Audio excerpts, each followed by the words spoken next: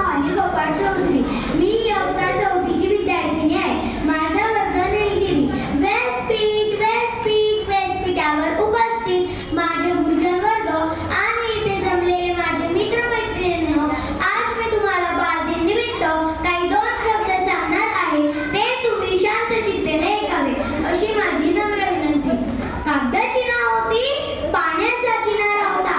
कागदाची नाव होती, पाण्याचा किनारा होता. मित्रांचा सहारा होता, खेळण्याची मस्ती होती. मित्रांचा सहारा होता, खेळण्याची मस्ती होती. मन हे वेडे होते, कल्पनेच्या दुनियात जगत होते. मन हे वेडे होते, कल्पनेच्या दुनियात जगत होते.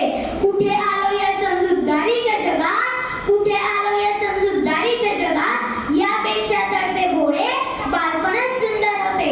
यापेक्षा तडते भोळे बालपणच सुंदर होते.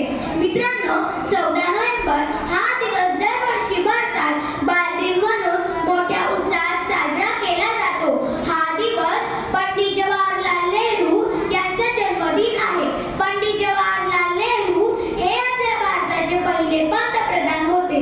त्यांना लहान मुले फार आवडत होते. लहान मुलांनाही पंडित नेहरू खूप आवडत असत. मुले त्यांना प्रेमाने चाचा नेहरू म्हणून बोलवत असत.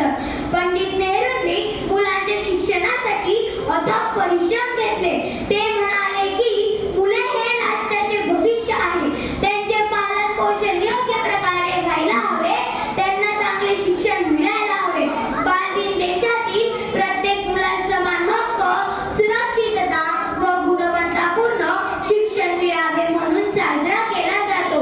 आजचा मुलगा उद्याचा भारत निर्माण करणार आहे. त्याला ज्या पद्धतीने शिक्षण मिळेल त्यावर देशाचे भवितव्य ठरणार आहे. मुले